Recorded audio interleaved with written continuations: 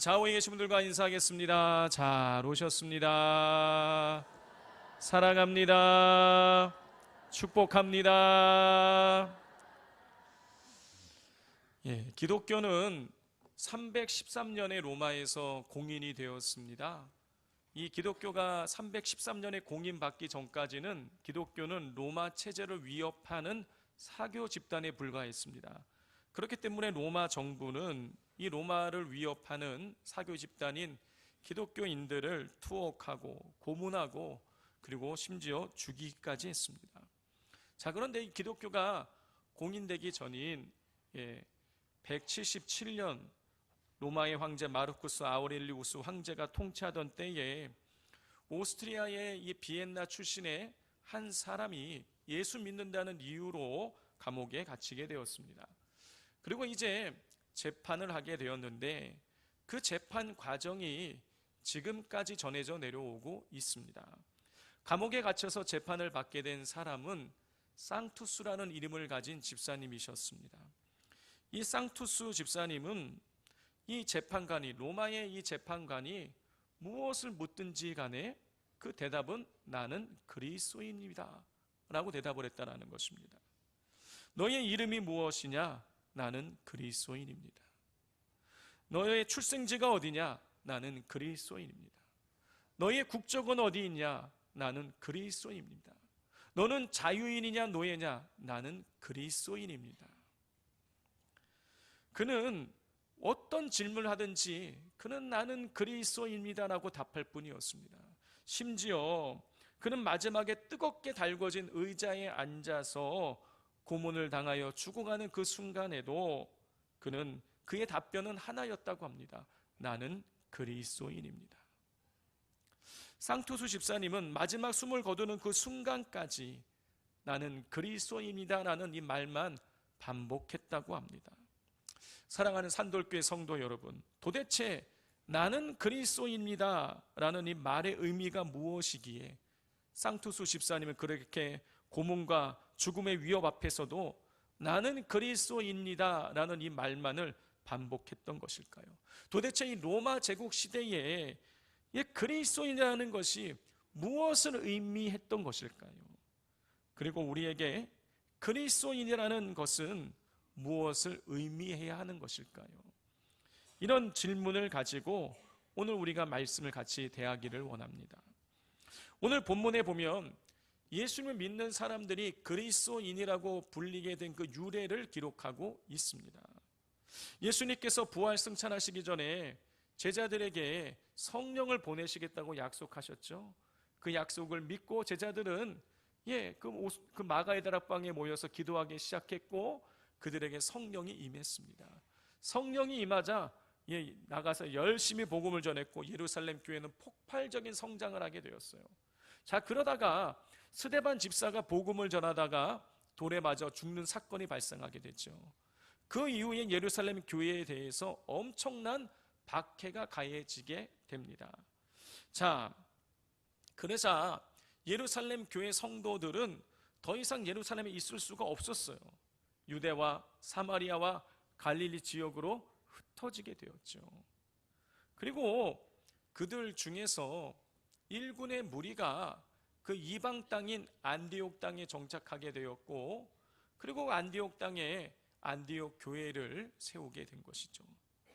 그 안디옥 교회는 이 바나바와 예루살렘 교회에서 파송받은 바나바와 그리고 바울이 1년 동안 그곳에 와서 성도들을 가르쳤습니다. 그리고 그때 비로소 이 안디옥 교회, 안디옥에 있는 사람들에게 안디옥 교회 성도들이 그리스도인이라고 불리게 되었습니다. 우리 25절과 26절을 다 같이 한번 읽겠습니다. 시작. 바나바가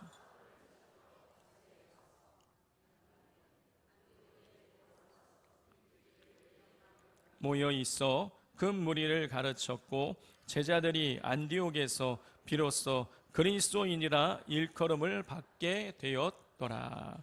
안디옥 교회 성도들은 그 주변 사람들에게 그리스도인이라고 불리게 되었습니다. 자, 그 마지막에 보면은 제자들이 안디옥에서 비로소 그리스도인이라 일컬음 받게 되었다 그랬는데 여기서 이 비로소라는 단어는요, 원래 원문의 뜻은 처음에 이런 뜻이고 최초로. 안디옥 교회 성도들이 역사상 최초로 그리스도인이라 불리게 되었다는 것입니다. 자, 그러면 이 그리스도인이라는 것은 어떤 의미를 가지고 있는 것일까요? 어떤 뜻일까요? 여러분, 이 그리스도인이 어떤 의미를 가지고 있는지를 알기 위해서는 우리가 어원을 살펴볼 필요가 있습니다. 자, 그리스도인으로 번역된 헬라어는 크리스티아노스예요. 크리스티아노스. 이 크리스티아노스는요, 크리스토스라는 이 단어와 그리고 리아노이라는 단어가 합쳐져서 만들어진 단어입니다. 크리스토스는 그리스도를 말하는 것이고 리아노이는 사람들을 의미해요. 자, 그러면 크리스티아노스는 무슨 뜻일까요? 그리스도의 사람들이라고 번역할 수 있겠죠. 그리스도인은 그리스도의 사람들인 거예요. 자, 그러면 그 당시의 사람들에게 그리스도의 사람들은 어떤 의미로, 어떤 느낌으로, 어떤 뉘앙스를 갖고 있었던 것일까요? 자, 이것을 알기 위해서는 같은 형태의 다른 명사의 의미를 살펴볼 필요가 있습니다.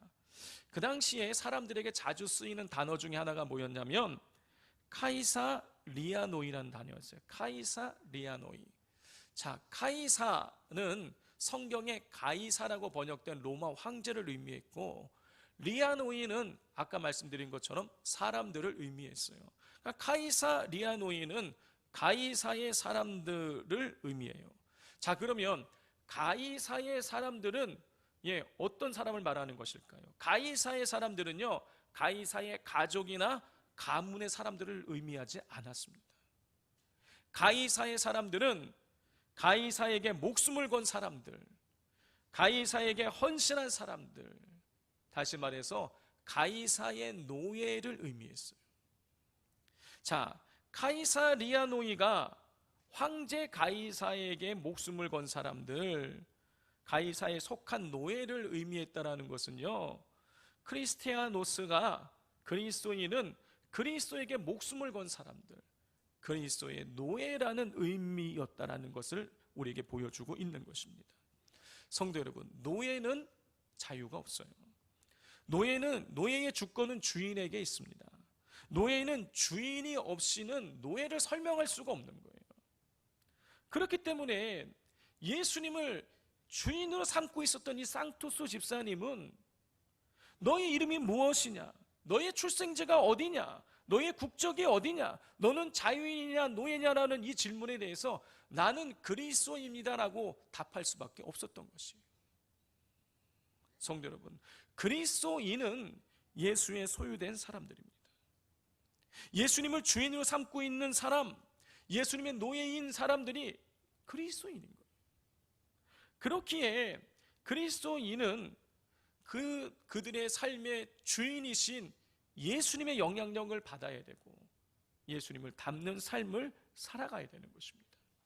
자, 그렇다면 예수님은 이 땅에 계실 때 어떤 삶을 살아갔던 것일까요? 예수님께서는요, 하나님을 향한 삶을 살아가셨습니다. 예수님께서 공생의 기간 동안에 선포하신 내용이 무엇입니까? 하나님 나라가 가까이 왔으니 회개하고 복음을 믿으라. 예수님의 삶의 초점이 어디 있었냐? 하나님 나라에 있었어요. 예수님의 삶의 방향이 어디 있었냐? 사람들에게 복음을 전하고 사람들을 구원하는 데 있었습니다. 따라서 예수님께 속한 참된 그리스도인은 소망을 하나님 나라에 둬야 되는 거예요. 예수님을 믿는 참된 그리스도인은 복음을 전하면서 영혼을 구원하는 삶을 살아가야 되는 것입니다.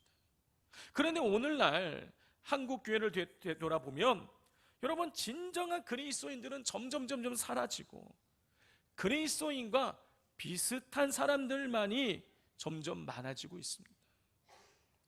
이 그리스도인과 겉으로는 그리스도인과 비슷하지만 속 내용이 다른 사람들을 일컫는 용어까지 생겼어요. 뭐라 그러냐? 유사 그리스도인.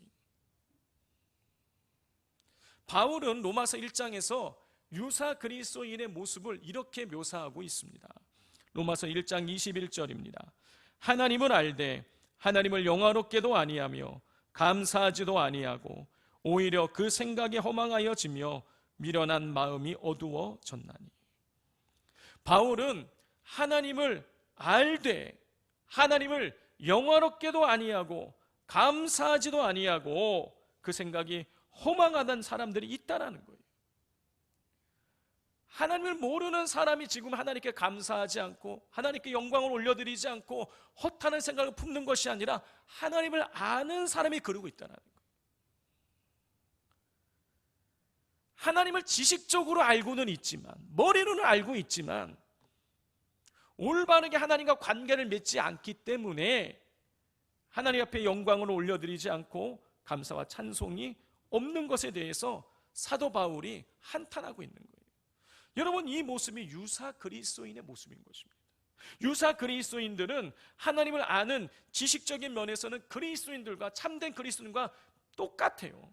그러나 그들의 삶은 하나님과 상관없는 삶을 살아가고 있는 것입니다. 성도 여러분, 하나님에 대한 지식이 없이는 하나님의 은혜가 있을 수 없어요. 그러나 반대로 하나님의 은혜가 없는 곳에 하나님에 대한 아는 지식이 있을 수도 있습니다. 하나님에 대해서 많이 알고 있다고 할지라도 구원이 없을 수 있다라는 그런 의미예요. 지식의 주체는 우리의 지성이지만 거룩의 주체는 하나님이십니다. 그러므로 어떤 사람이 하나님에 대한 지식이 많이 있다고 해도 그의 삶이 하나님과 상관없는 삶이라면 그는 전혀 거룩해지지 않을 수가 있는 것이. 그렇기에 사도 바울은 하나님을 알되 하나님을 영화롭게도 아니하며 감사하지도 아니하고 오히려 그 생각이 허망하여지며 미련한 마음이 어두워졌다고 그렇게 책망을 하고 있는 것입니다. 여러분, 근데 문제는 뭐냐? 하나님에 대한 많은 지식을 갖고 있는 유사 그리스도인들이 본인 스스로가 하나님에 대해서 많은 지식을 갖고 있기 때문에 내가 구원받았다고 착각하고 있다는 것입니다. 그러나 분명히 말씀드리지만 하나님을 아는 지식이 많다고 해서 구원에 이르는 것이 아닙니다. 구원은 오직 예수 그리스도를 믿음으로 얻어지는 거예요. 제가 이렇게 말씀드리면 성경에 대해서 지식을 갖고 계신 분들은 요한복음 17장 3절의 말씀을 떠올리실 거예요. 이렇게 기록되어 있습니다. 영생은 곧 유일하신 참 하나님과 그가 보내신 자 예수 그리스도를 아는 것이니이다. 영생은 유일하신 참 하나님과 그가 보내신 예수님을 아는 것이다. 자, 그런데 이렇게 보면 마치 지식을 가지고 하나님과 예수님에 대한 대해서 아는 그 지식을 통해서 영생을 얻는 것처럼 보여지는데 여러분, 그렇지 않아요. 여러분, 복음서를 살펴보면 바리새인, 사두개인, 그리고 제사장들이 여러분 예수님을 하나님의 아들로 인정하지 않고 있었습니다. 그런데 예수님을 하나님의 아들이라고 분명하게 고백하고 있었던 존재가 있었어요. 그게 바로 뭐냐? 귀신이었어요. 마가복음 3장 11절입니다. 더러운 귀신들도 어느 때든지 예수를 보면 그 앞에 엎드려 부르짖어 이르되 당신은 하나님의 아들이니이다. 귀신들은요, 알았어요. 하나님이 계시다는 거 알고 있었고 예수님이 하나님의 아들이라는 것도 알고 있었어요. 그렇다면 이 귀신이 구원받은 것일까요? 아니죠. 그냥 알고만 있는 거예요. 자, 또 하나님에 대한 지식이 우리를 구원에 이르게 할 수 없다는 것을 우리는 유대인들을 통해서 확인할 수가 있습니다. 로마서 2장 17절 18절이에요. 유대인이라 불리는 내가 율법을 의지하며 하나님을 자랑하며 율법의 교훈을 받아 하나님의 뜻을 알고 지극히 선한 것을 분간하며. 사도 바울은요, 유대인들이 율법을 의지하고 있었고 하나님을 자랑했고 율법의 교훈을 받았고 하나님의 뜻을 알았다라는 거예요. 그런데 여러분, 어떻습니까? 그들이 율법에 대해서, 하나님 말씀에 대해서 정말 잘 알고 있었지만 그들은 그 지식을 가지고 예수님을 죽였어요. 따라서 요한복음 10장 3절 영생은 곧 유일하신 참 하나님과 그가 보내신 자 예수 그리스도를 아는 것이라고 했을 때에 여기서 이 알은 지식적인 알미 아닌 거예요. 여기서 이 아는 것이라고 번역된 키노스 코신이라는 이 단어는요, 지식적인 알미 아니라 인격적이고 영적인 친밀한 교제를 포함하는 알을 의미해요. 따라서 하나님과 예수 그리스도를 아는 것이 영생이라는 말씀은 우리가 하나님과 예수님과 인격적인 관계를 맺고 친밀한 교제를 나눌 때의 영생이 우리에게 주어진다, 그런 뜻인 거예요. 다시 말해서 영생은 단순히 하나님에 대하여 예수님에 대하여 지식적으로 아는 것이 아니라 하나님을, 예수님을 인격적으로 영적으로 받아들이고 교제를 나눌 때에 이루어진다라는 것인 거예요. 이것이 구원에 이르는 참된 알미고 구원에 이르는 지식인 거예요. 이 참된 구원의 지식이 없는 사람은 아무리 하나님에 대해서, 예수님에 대해서, 교회에 대해서, 성령에 대해서 많은 지식이 있다고 할지라도 여러분 결코 구원에 이를 수가 없습니다. 구원은 오직 예수 그리스도를 믿음으로 이루어지는 것이에요. 그런데 지식적으로 많이 알고 있는 사람들이 착각한다는 거예요. 나는 예수님에 대해서, 성경의 내용에 대해서 많이 알고 있으니까 나는 구원받았다고 착각한다는 것입니다. 또 착각하는 한 부류가 있어요. 어떤 부류냐? 은사자들이에요. 여러분 로마서 12장과 고린도전서 12장을 보면 많은 은사에 대해서 기록하고 있어요. 예언, 병을 고치고, 영을 분별하고, 방언을 하고, 방언을 통변하는 이런 초자연적인 은사들에 대해서도 기록하고 있고요. 섬기고, 가르치고, 구제하고, 긍휼을 베푸는 실천적 차원의 은사들에 대해서도 기록하고 있어요. 근데 여기서 중요한 것은 이런 은사들을 가지고 있어도 여러분 한갓 유사 그리스도인일 수도 있다는 것입니다. 여러분 그 예가 사무엘상 19장 23절 24절에 나와요. 사울이 라마나요스로 가니라. 하나님의 영이 그에게도 임하시니 그가 라마나요스에 이르기까지 걸어가며 예언을 하였으며 그가 또 그의 옷을 벗어 사무엘 앞에서 예언을 하며 하루 밤낮을 벗은 몸으로 누웠더라. 그러므로 속담에 이르기를 사울도 선지자 중에 있느냐 하니라. 사울이 지금 라마나요스라는 곳으로 가고 있었습니다. 그런데 라마나요스로 사울이 내려가고 있을 때에 그때에 이 사울 왕에게 성령이 임하였고, 그래서 사울이 예언을 하게 되었어요. 예언하는 은사가 사울 왕에게 임하게 된 거예요. 자, 그러면 이 사울이 이때 이 예언의 은사를 받고 예언을 하는 이때에 그러면 사울의 영적인 상태가 어떠했느냐를 우리가 보면 되는데, 여러분 이때 이미 사울은요 하나님께 버림받은 상태였어요. 사울은 블레셋과의 전쟁에서 전쟁을 앞두고 사무엘 선지자를 기다리지 못하고 제사장만이 집전할 수 있는 번제를 집전하는 죄를 저질렀어요. 아말렉과의 전쟁을 할 때에 아말렉의 사람과 짐승을 다 죽이라 그랬는데 죽이지 않고 아가왕을 살려놨고 살찐 양과 소를 살려두는 죄를 범하였어요. 자, 이러한 죄 가운데 빠진 사울의 상태를 성경은 이렇게 기록을 하고 있습니다. 사무엘상 16장 14절이에요. 여호와의 영이 사울에게서 떠나고 여호와께서 부리시는 악령이 그를 번뇌하게 한지라. 방금 읽어드린 말씀처럼 사울이 제사장직을 침범하고 하나님 말씀에 불순종하자 하나님께서, 하나님의 영이 사울을 떠났어요. 하나님의 영이 사울을 떠났다라는 것은요 하나님과 사울의 관계가 끊어졌다, 그런 뜻인 거예요. 그런데 이 사무엘상 16장에서 하나님의 영이 사울을 떠났다고 기록을 하고 있는데 사무엘상 19장에서 사울이 예언을 하고 있는 거예요. 예언의 은사를 받은 거예요. 여러분 이걸 통해 뭘 할 수 있는 것입니까? 여러분 버림받은 사람도, 하나님께 버림받은 사람도 일시적으로 예언의 은사를 받을 수도 있다라는 거예요. 그럼 왜 하나님께서 그럼 사울에게 버렸던 사울에게 예언을 하게 하신 것일까요?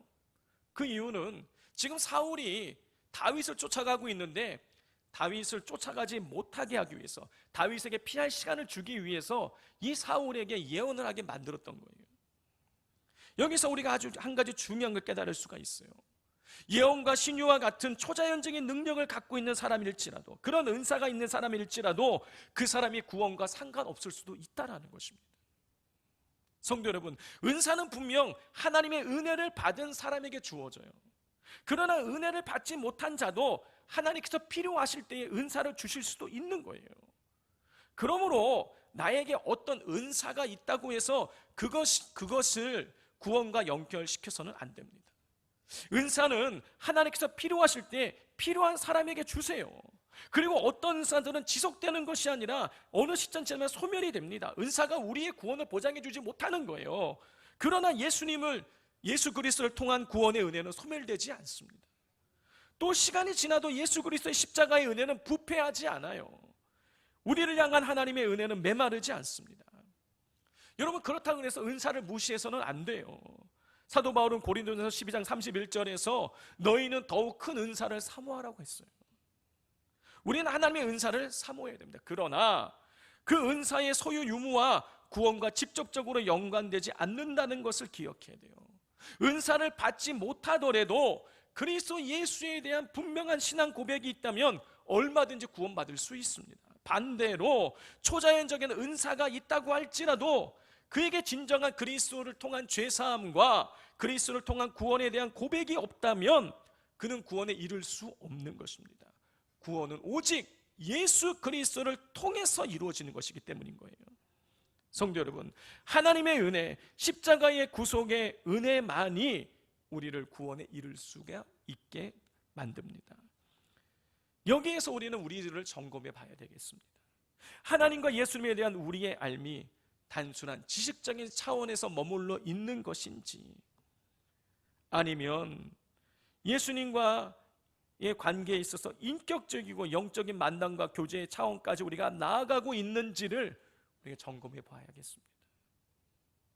또 한 가지, 구원받았다는 그 근거를 혹시 예수님이 아니라 어떤 은사라든가 다른 것에서 찾고 있지는 않은지를 또 점검해 봐야겠습니다. 분명히 말씀드리지만 하나님 주시는 은사는 교회와 많은 사람들을 유익하게 합니다. 그렇게 사도 바울의 권면처럼 우리는 더욱 큰 은사를 사모해야 돼요. 그러나 그 은사가 우리를 구원에 이르게 하는 것은 아닙니다. 은사가 우리의 구원의 근거가 될 수 없어요. 오직 우리의 구원의 근거는 예수 그리스도 십자가밖에 없습니다.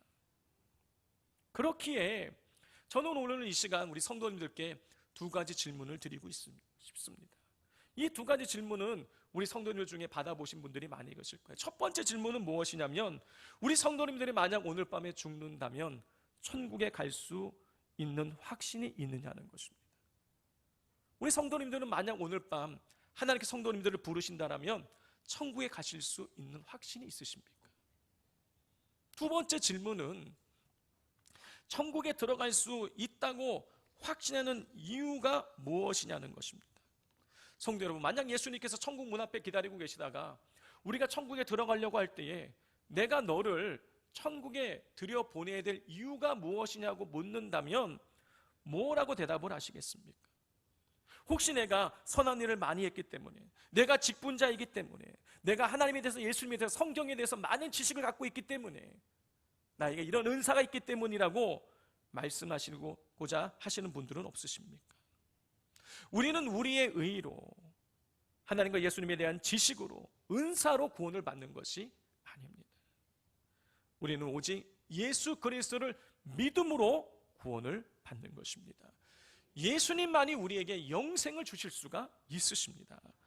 그러므로 진정한 그리스도인은 자기 목숨을 내어주셔서 우리에게 영생을 주신 예수 그리스도를 위해서 목숨을 바치고 예수님을 주인 삼는 삶을 살아가게 되어지는 것이죠.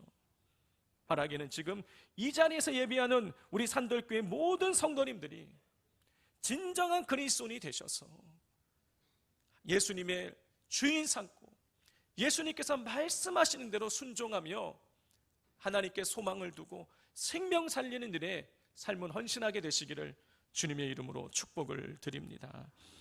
기도하겠습니다. 하나님 아버지, 오늘 말씀을 통하여서 진정한 그리스도인이 예수님을 인생의 주인 삼고 예수님께 속하여서 예수님께서 원하신 대로 살아가는 것임을 이 시간 깨닫게 됩니다.